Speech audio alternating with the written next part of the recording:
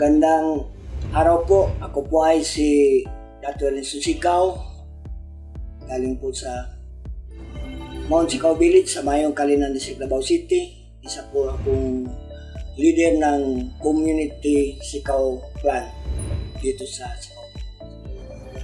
Ako po ay naging isang leader galing sa mga ninuno namin.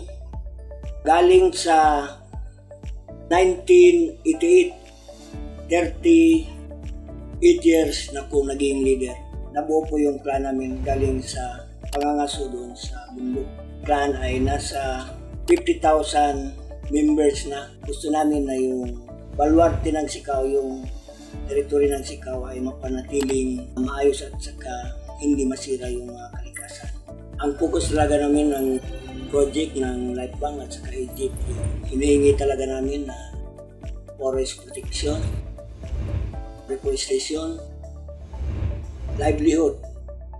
Kasi nakausap kami ng taga-community na talagang hindi namin kaya pa-protection ng ating kakahuyan, yung forest. Kaya nagpatulong kami sa Egypt Foundation at saka Lifebank. Ang role ko po sa mga project, mag-collaborate, mag-implement na collaborative policy na para ma-enhance pa yung mga gawain at saka para malis talaga yung environment na wala namang puto ng kahoy, wala namang cutting trees, kaingin.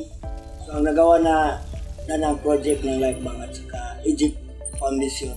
Taas noon na namin na nakapag-patrol na kami ng ilang buwan. At saka mayroon na kami reforestation, nandyan na yung mga kahoy na nursery namin, nandyan na. Mayroon na rin kami cultural village na inumpisahan. At kami na rin ang nag-protekta ng environment. Paalam namin na kami na rin, nagiging deputize na rin kami ng 30 na forest guard.